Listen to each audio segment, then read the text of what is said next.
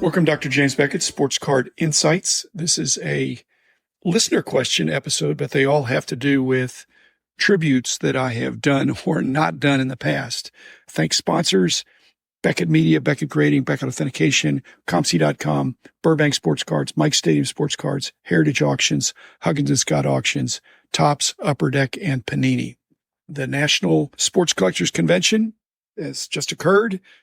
Bittersweet for me, as I've been to every single one, and every year there's some people that are not there, and I wonder if they passed away or if they're simply not coming. But I'm getting up there, and the people I've given tributes to are not always older than me. Some are younger than me. So it's very sad. It's a fraternity of people that are dedicated to cards and sports cards especially. I've done a bunch of tributes, but people have written in, as I encourage, drjamesbeckett@gmail.com. Just write me, or I'm at the Nationals past, but I'm at the Dallas shows pretty regularly, so I'm not that hard to track down.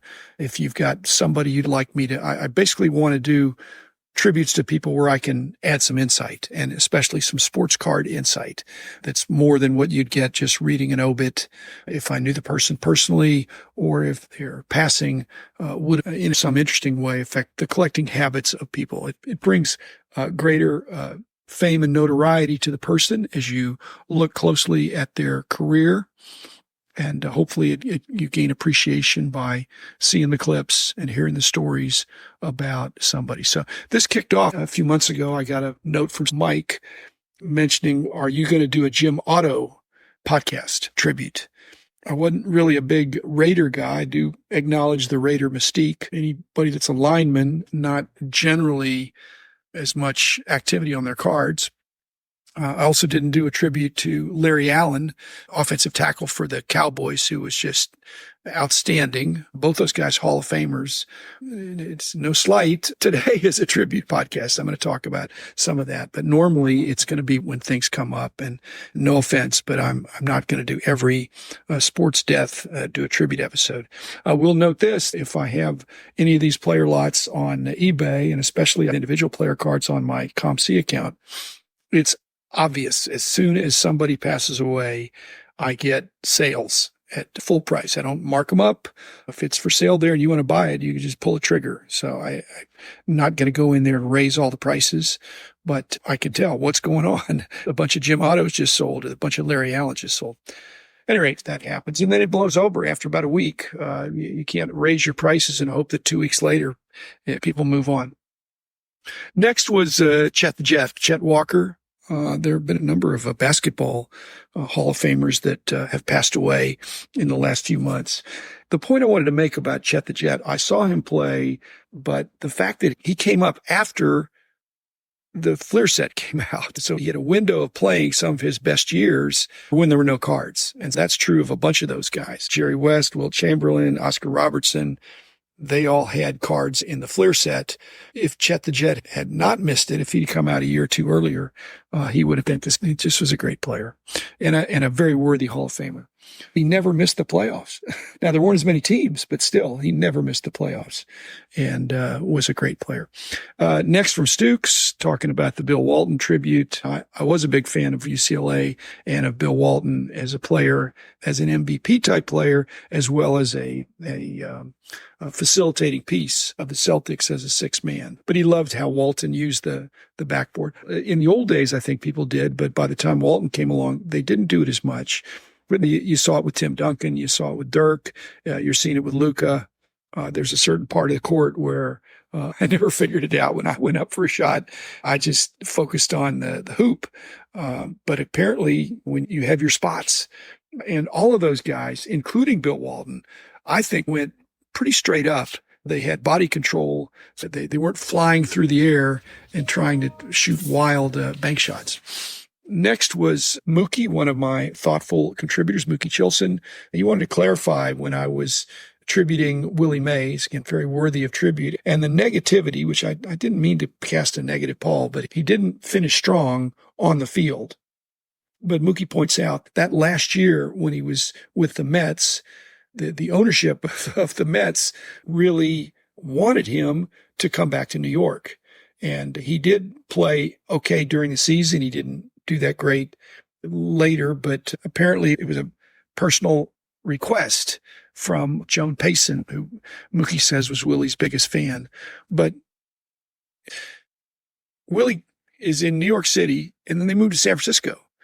It wasn't just the Dodgers that went out west and Brooklynites felt betrayed, but the Polo Grounds, the New York Giants, became the San Francisco Giants. Mookie, I take your point. I do think that Willie Mays was an ambassador in baseball, and he was somewhat diminished, but still an amazing player. Lost the years to the military, just a great American.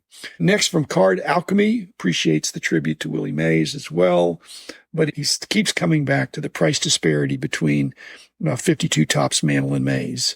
He says it's always intrigued him that Mays' value wasn't more aligned with Mantle. And I've talked about that. I've talked about it with Rich. I've talked about it in other things.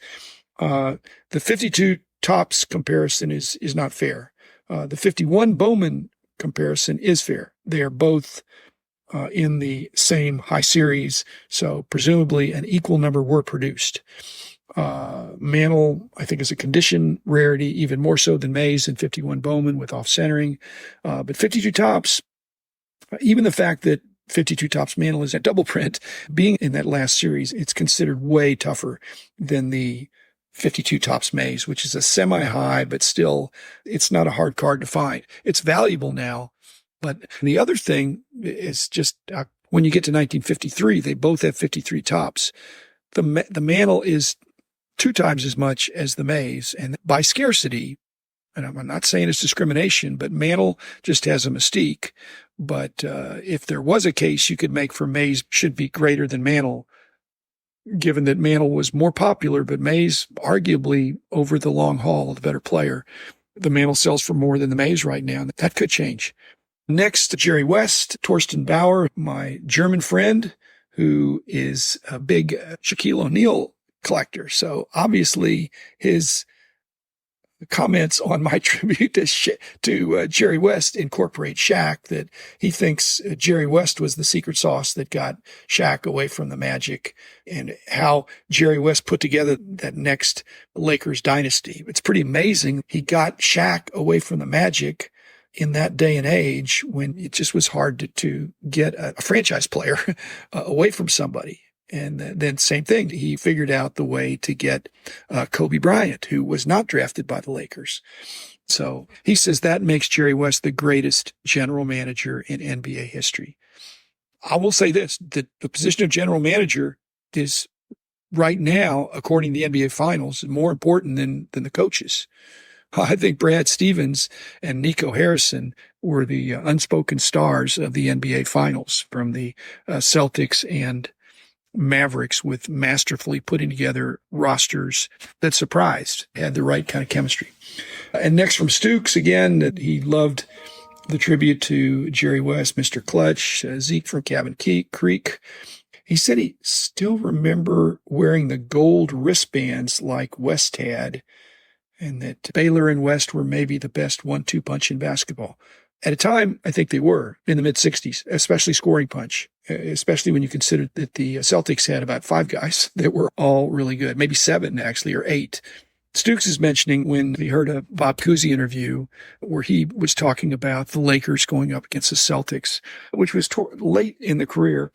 They had some great matchups, and he said they matched up really well, again, Baylor and West, but they didn't have Bill Russell. And when the Lakers got Wilt, that was a game changer. Now, Wilt was somewhat slowed up and more assists, wasn't scoring 50 points a game like he had a few years before. And by then, Bill Russell wasn't there anymore. But the Celtics, one of the very great dynasties. Jerry West, he was the most valuable player of the finals when he didn't even win. I'm not a big fan of giving people esteem based on being on great teams. I think if you're the best player on a great team and you make everybody better, that speaks to me.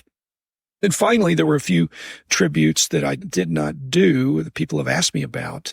And again, worthy of tributes.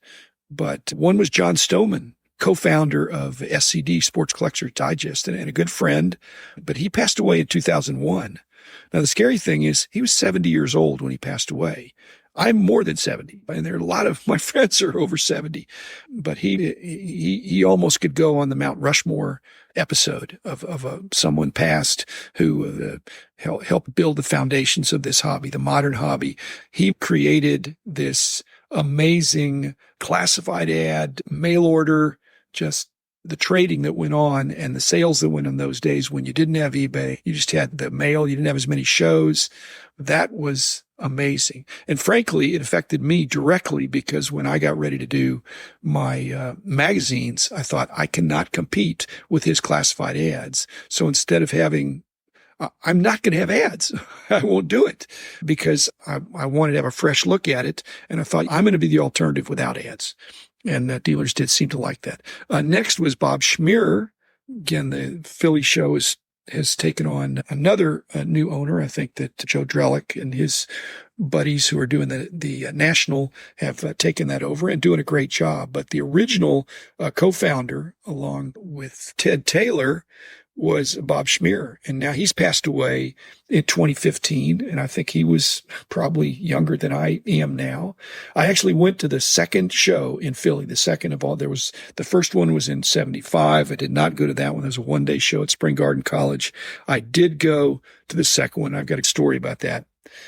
I got there and he didn't have me down for a table and I had to do a makeshift table and sell my stuff. But it was an amazing show.